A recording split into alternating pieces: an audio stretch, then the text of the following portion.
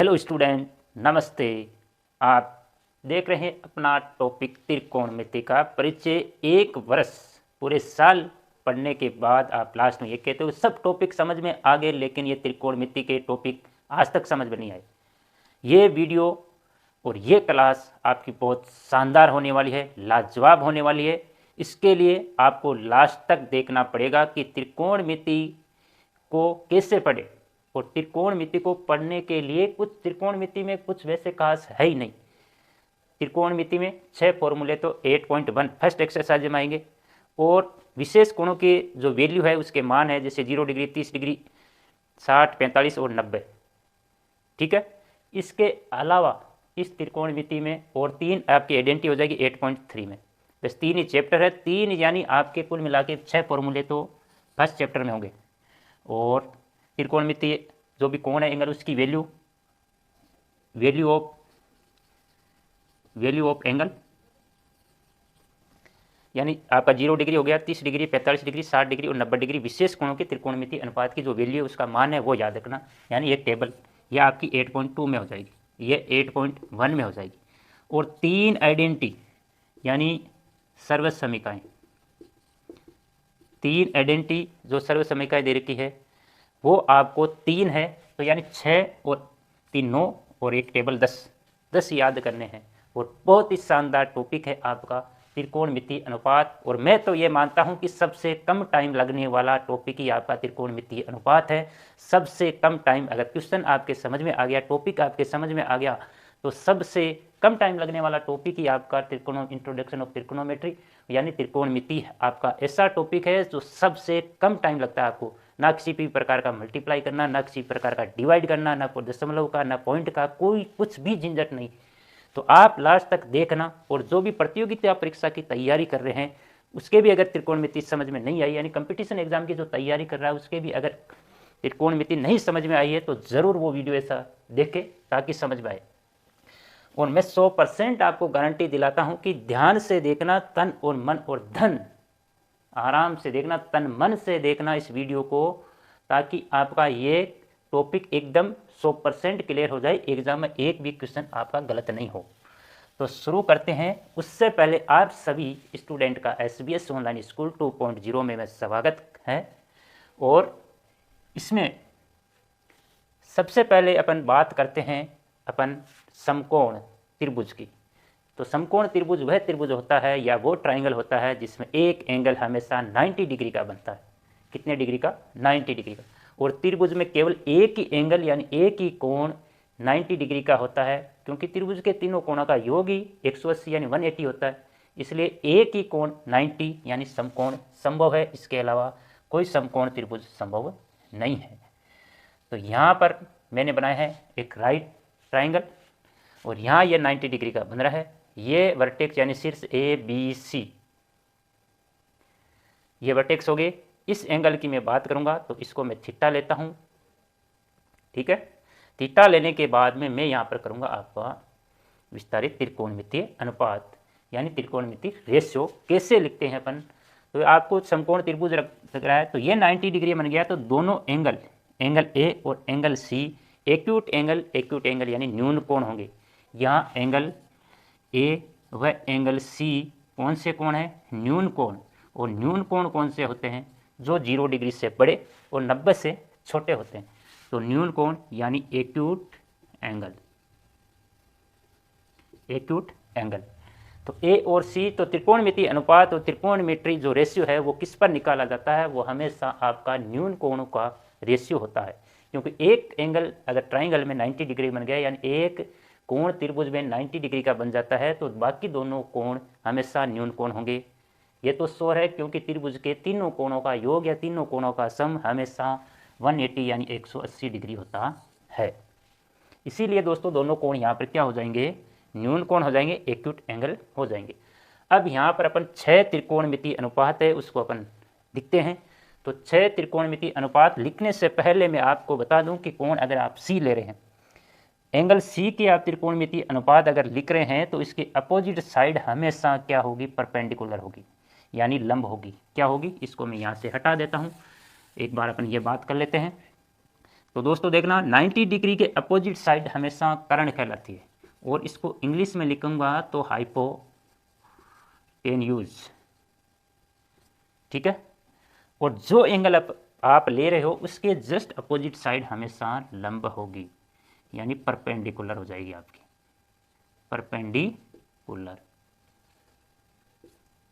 और बची जो तीसरी भुजा जो है, तीसरी साइड है, वो आपका हो जाएगा आधार, यानी आपका बेस। क्या हो जाएगा प्यारे विद्यार्थियों? बेस। तो एक बार देखना, 90 डिग्री के सामने वाली भुजा कर्ण होगी, और जो एंगल की आप बात करें, यानी जिस एंगल की आप त्रिकोणमितीय अनुपात, त्रिकोणमितीय रेशियो आप लिख रहे हैं, उसके अपोजिट साइड क्या होगी? परपेंडिकुलर होगी। बाकी परपेंडिकुलर का मतलब लंब होगी, और बाकी जो बची वो आपका आधार यानी बेस हो जाएगा। ये तो अपना त्रिकोण यानी राइट ट्राइंगल की बात होगी, यानी समकोण त्रिभुज की यहाँ पर बात हो गई। इसके बाद में अपन यहाँ पर देखते हैं कि त्रिकोणमितीय रेशियो। तो इस एंगल में सी की यहाँ पर बात कर रहा हूँ, तो यहाँ परपेंडिकुलर आपका ए बी होगा। अगर मैं एंगल किसकी बात करूँगा? ए की बात करूँगा, तो आपका परपेंडिकुलर यहाँ बी सी बन जाएगा, और ये ए बी आपका बेस यानी आधार बन जाएगा। इस बात का आप विशेष ध्यान रखें, यहाँ पर सबसे ज़्यादा कंफ्यूज होते हैं। जो एंगल ले रहे हैं उस एंगल के अपोजिट साइड, उसके सामने वाली साइड हमेशा लंब यानी परपेंडिकुलर होगी, और 90 डिग्री के सामने की जो साइड है, जो भुजा है, वो हमेशा आपका कर्ण हाइपोटेन्यूज होगी। ये विशेष ध्यान रखना प्यारे विद्यार्थियों। तो यहाँ पर बात हो गई ये आपने। और आप सबसे बड़ी बात है, आपको पाइथागोरस प्रमेय आपको सबको याद होगा।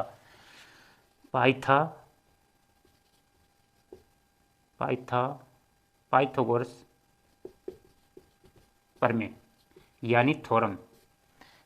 दो भी समकोण त्रिभुज हैं, उसमें विशेष ध्यान रखने योग्य बात है कि पाइथागोरस प्रमेय और आपका राइट ट्राइंगल में आपकी साइड के बारे में कौन सा परपेंडिकुलर होगा, कौन सा बेस होगा, कौन सा हाइपोटेन्यूज होगा, यानी आधार कौन सा होगा, लंब कौन सा होगा, कर्ण कौन सा होगा। मैं यहाँ पर इंग्लिश मीडियम हिंदी मीडियम दोनों विद्यार्थी को ध्यान में रखते हुए टॉपिक मैं आपको बता रहा हूँ, ताकि इंग्लिश मीडियम वाला बंदा भी इसको समझ सके, हिंदी मीडियम वाला वो भी इसको समझ सके।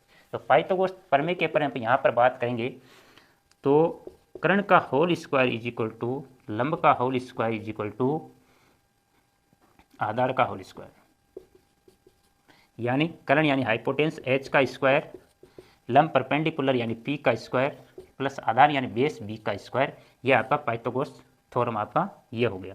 यहाँ h का स्क्वायर है, तो यहाँ देखना, तो पाइथागोरस थ्योरम क्या कहती है कि अगर कोई एक समकोण यानी राइट ट्राइंगल है, तो उसमें कर्ण पर बने वर्ग यानी स्क्वायर का क्षेत्रफल अन्य टू साइड यानी दो भुजाओं पर बने वर्ग के क्षेत्रफल के योग के बराबर होता है। यानी यहाँ पर जो एरिया बन रहा है, यहाँ पर कोई वर्ग या स्क्वायर बनेगा, उसका एरिया यहाँ पर बनने वाले दोनों के योग के बराबर आएगा। यह आपका पाइथागोरस प्रमेय होता है। उसके बाद में अपन 6 के 6 जो त्रिकोणमितीय अनुपात है उनको यहाँ पर एक बार देखते हैं। और मैं इस एंगल की बात कर रहा हूँ, सी एंगल की अगर बात करूँगा तो मैं यहाँ पर आपका परपेंडिकुलर ए बी होगा, और 90 डिग्री के सामने 90 डिग्री के सामने वाली भुजा हमेशा कर्ण होगी, हाइपोटेन्यूज होगी, और बाकी जो बची हो आधार होगी। तो आपकी अगर साइन थीटा, मैंने एंगल सी की जगह थीटा यूज किया है, एंगल इसको थीटा नाम दिया, तो मैं साइन थीटा ले रहा हूँ। आप साइन सी ले सकते हो, साइन ए ले सकते हो, जो भी अपने क्वेश्चन के अकॉर्डिंग अपन लेंगे।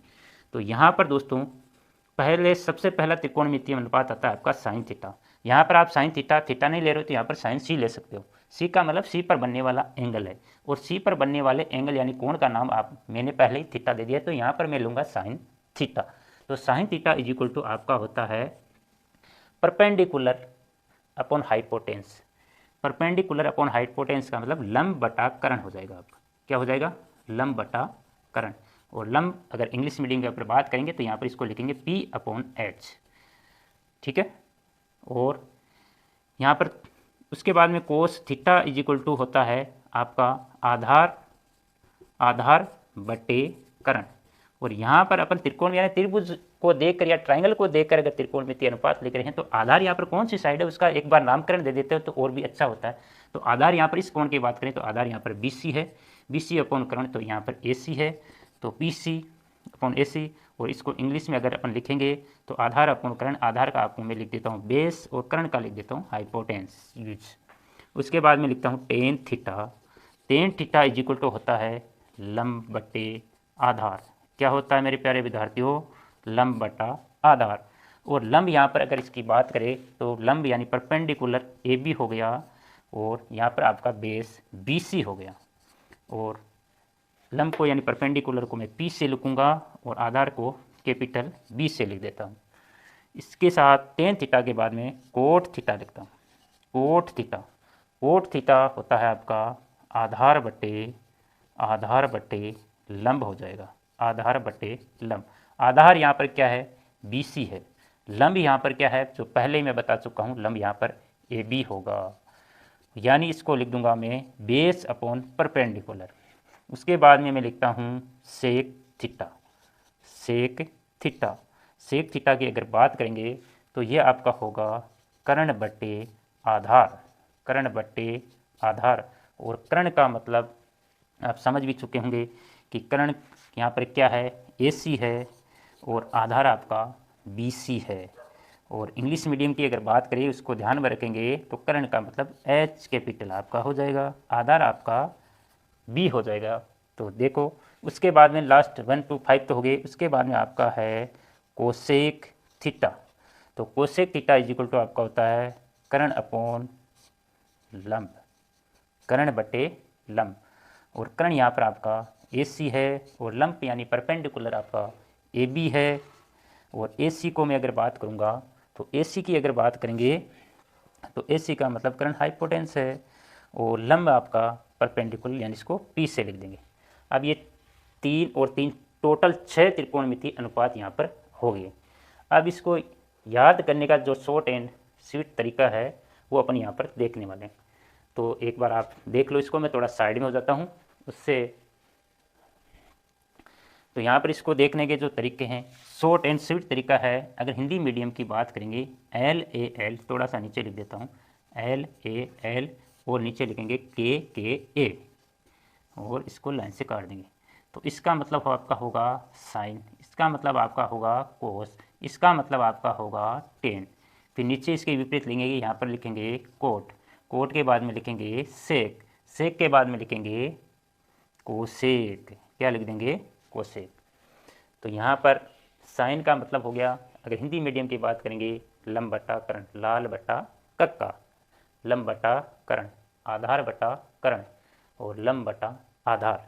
ये किसके फॉर्मूले? ऊपर वाले के। ये साइन का होगा, ये कोस का होगा, ये टेन का होगा। इसके उल्टे विपरीत करेंगे तो ये इसको आधार बट्टा लंब करेंगे तो कोट का होगा, कर्ण बट्टा आधार करेंगे तो सेक का होगा, और कर्ण बट्टे लंब करेंगे तो कोसे का फॉर्मूला हो जाएगा। या इंग्लिश मीडियम की बात अगर करेंगे तो यहाँ परपेंडिकुलर, उसके बाद आधार आपका आधार यानी बेस, और वापस परपेंडिकुलर, और नीचे H और यहाँ पर फिर B। तो वापस यही sine cos tan, cot sec और कोसेक। यानी पाकिस्तान, अगर ऐसा याद कर सकते हो, पाकिस्तान भूखा प्यासा, हिंदुस्तान हरा भरा। पाकिस्तान भूखा प्यासा, हिंदुस्तान हरा भरा।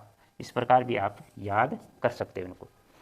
तो आप स्क्रीनशॉट इसका ले सकते हो। ये आपके 4 त्रिकोणमितीय अनुपात हो गए। अब यहाँ पर बात करते हैं, इसको एक बार मैं हटा देता हूँ। ये तो फॉर्मूले शॉर्ट याद करने के आपके तरीके हो गए। इसके बाद में मैं यहाँ पर आपको करने वाला हूँ दोस्तों कि साइन थीटा जिस प्रकार अपन 1/2 कोई नंबर लिखते हैं, जैसे 1/2 है या 3/5 है, तो इसका विपरीत यानी इसका रेसिप्रोकल करेंगे, व्युत्क्रम करेंगे तो 5/3 होता है। तो इसका उल्टा यहाँ पर अपन देखेंगे, sign is equal to P/H होता है, यानी लंब बटा कर्ण होते हैं। तो साइन का कर्ण बटे लंब किसका है? कोसेक का। इसका मतलब ये और ये दोनों अपोजिट है, एक दूसरे के उल्टे हैं। इसके बाद आधार बटा कर्ण, तो सेक में देखते हैं कि कर्ण बटा आधार, ये भी एक दूसरे के उल्टे हैं। इसी प्रकार टेन और कोट दोनों एक दूसरे के उल्टे हैं। तो इनसे कितने फॉर्मूले अपने आ जाएंगे दोस्तों? तो देखते हैं कि साइन थीटा किसका उल्टा होता है। Sine theta is equal to one by cosec theta, cosec theta.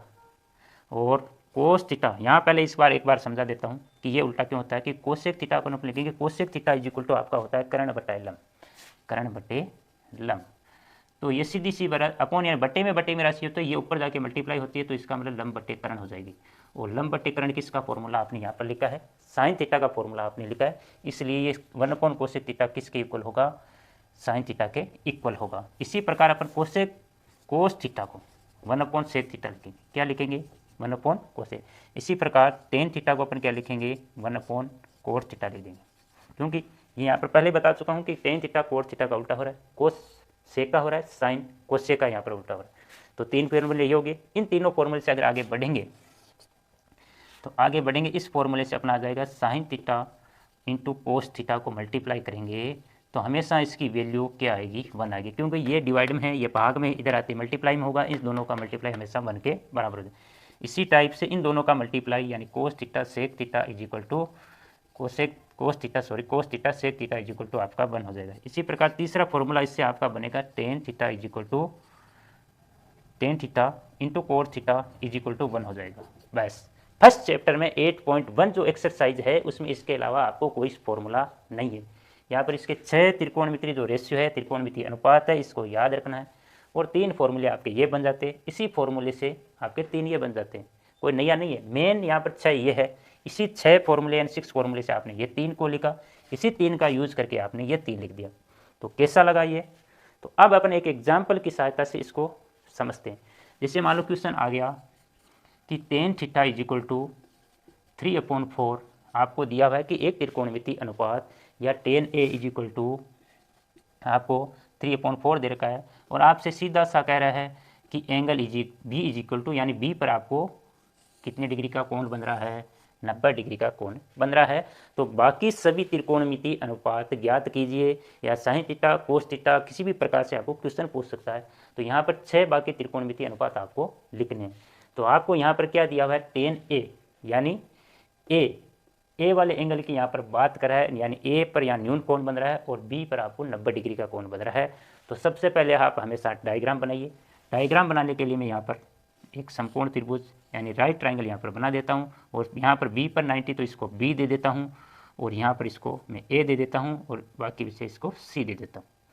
तो यहाँ पर इस एंगल ए की बात करें तो हमेशा अपोजिट यानी 90 डिग्री के सामने की भुजा हमेशा करंट हाइपोटेन्यूज होगी और एंगल जिसकी बात करेंगे उसके अपोजिट साइड हमेशा परपेंडिकुलर होगी यानी लंब होगी। तो यहाँ पर क्वेश्चन का सोल्व यहाँ मैं कर देता हूँ। तो सबसे पहले यहाँ पर tan A is equal to आपको क्या दिया है, tan A is equal to 3/4 दिया है। टेन इज इक्वल टू आपको क्या होता है, लंब बटे आधार यानी आपका होता है क्या होता है दोस्तों, यानी पी अपॉन आपको बेस दिया है, परपेंडिकुलर और बेस दिया है तो हाइपोटेन्यूज तीसरी साइड अपन पाइथागोरस थ्योरम की यूज से अपन निकाल लेंगे। तो इन ट्राइंगल यानी त्रिभुज ए बी सी में किसका यूज करेंगे, पाइथागोरस थ्योरम का यूज करेंगे और पाइथागोरस थ्योरम आपकी हो जाएगी इसके हिसाब से मैंने यहाँ लिख दी है पहले। तो इसके हिसाब से यानी ए सी का स्क्वायर यानी कर्ण का square is equal to A B का स्क्वायर प्लस बी सी का स्क्वायर। अब यहाँ पर लंब यानी परपेंडिकुलर आपका 3 दे रखा है और बेस आपका यानी आधार आपका 4 यहाँ पर दे रखा है। तो ए सी का स्क्वायर इज इक्वल टू आपका 3 का स्क्वायर यानी ए बी क्या है यहाँ पर 4 का स्क्वायर हो जाएगा और बी सी यहाँ पर 3 है तो 3 का स्क्वायर हो जाएगा। तो ए सी स्क्वायर इज इक्वल टू यहाँ 4 का स्क्वायर आपका हो जाएगा 16 और 3 का हो जाएगा आपका 9। तो ए सी स्क्वायर इज इक्वल टू आपका हो जाएगा 25। तो ए सी इज इक्वल टू आपका √25। तो ए सी इज इक्वल टू यहाँ पर आपका आ जाएगा 5। यहाँ पर प्लस की लेंगे क्योंकि यहाँ पर जैसे अपन स्क्वायर रूट निकालेंगे तो प्लस माइनस आएगा, क्योंकि यहाँ पर साइड की बात हो रही है तो हमेशा अपन पॉजिटिव लेते हैं, डिस्टेंस हमेशा पॉजिटिव होती है, इसलिए सिर्फ अपन ए सी इज इक्वल टू 5 लेंगे। अब आप 6 के 6 अब आपके पास त्रिकोणमितीय अनुपात आ गए 6 के 6 त्रिकोणमितीय अनुपात आ गए। तो मैं इन त्रिकोणमितीय अनुपातों को ये फॉर्मूले आपने देख लिए तो यहाँ से हटा के इसके त्रिकोणमितीय अनुपात में यहाँ पर लिख देता हूँ। इसी क्वेश्चन को मैं यहाँ से सोल्व करना यहाँ स्टार्ट कर रहा हूँ। तो सबसे पहले अपन लिखेंगे साइन ए। तो साइन ए एंगल इस ए की बात करें तो sine A is equal to आपका होता है कि sine A is equal to होता है आपका पी अपॉन एच। अगर पी की अगर बात करेंगे तो यहाँ पर मैं पी अपॉन एच लिख रहा हूँ, लेकिन वैसे क्वेश्चन में आपको लिखना नहीं है, लेकिन त्रिभुज की जो साइड है यानी करंट परपेंडिकुलर बेस जो भी उसी हिसाब से अकॉर्डिंग आपको यहाँ लिखना है। तो पी अपॉन एच, तो पी का मतलब परपेंडिकुलर यहाँ पर आपका बी सी है और आपका हाइपोटेन्यूज ए सी है, इसलिए साइन थीटा इसी एक में लिख रहा हूँ, बाकी मैं डायरेक्ट लिखूंगा। तो साइन थीटा यानी आप एंगल ए ले रहे हैं तो sine A is equal to आपका हो जाएगा बी सी की वैल्यू यहाँ पर 3 है और ए सी की वैल्यू यहाँ पर आपके पास 5 है, तो sine A is equal to 3/5। इसी प्रकार cos A is equal to आपका आएगा, cos A is equal to यहाँ से आपको देखना है कि cos A B upon H, base upon hypotenuse. तो बेस यहाँ पर ए बी है और हाइपोटेंस आपका यहाँ पर ए सी है। तो ए बी की वैल्यू यहाँ पर क्या है दोस्तों 4 है और ए सी की वैल्यू यहाँ पर 5 है। इसी प्रकार टेन की अगर बात करेंगे तो tan A is equal to आपका हो जाएगा टेन की अगर बात करेंगे P परपेंडिकुलर अपॉन बेस यानी लंब बटा आधार, तो यहाँ पर लंब बटा आधार, तो लंब वहाँ पर कुछ त्रिभुज के हिसाब से अपन देखेंगे, तो लंब यहाँ पर आपका B C upon A B लंब बटे आधार। बी सी की वैल्यू यहाँ पर क्या है दोस्तों 3 है, और ए बी की वैल्यू यहाँ से क्या है 4 है, तो 3/4 ये आ गया। और अब अगर आपको बात यहाँ से जो मैंने बताया उसके फॉर्मूले यहाँ से तीनों के विपरीत होते हैं, तो कोसेक और साइन होते हैं, तो कोसेक ए इक्वल टू हो जाएगा आपका, यहाँ पर इसकी वैल्यू यहाँ पर पुट लेंगे 3/5 होता है, तो ये हो जाएगा 5/3। और कोसेक और सेक आपस में एक दूसरे के विपरीत यानी उल्टे होते हैं, तो सेक ए की वैल्यू हो जाएगी 5/4, ठीक है। और कोट ए की हो जाएगी आपके, और ये कोट ए की हो जाएगी आपके cot A is equal to 4/3। इस टाइप से आप अपने त्रिकोणमितीय अनुपात लिख सकते हो। बाकी जो एग्जाम्पल है अपन नेक्स्ट वीडियो में देखेंगे दोस्तों। तो आज के लिए इतना ही। कैसा आपको वीडियो लगा? अगर अच्छा समझ में आया है, एक्यूरेट, तो ज़रूर वीडियो को लाइक कर देना और अपने दोस्तों के साथ शेयर भी कर देना, और नीचे एक बढ़िया सा कमेंट भी कर देना। तो आज के लिए इतना ही। जय भारत, जय हिंद।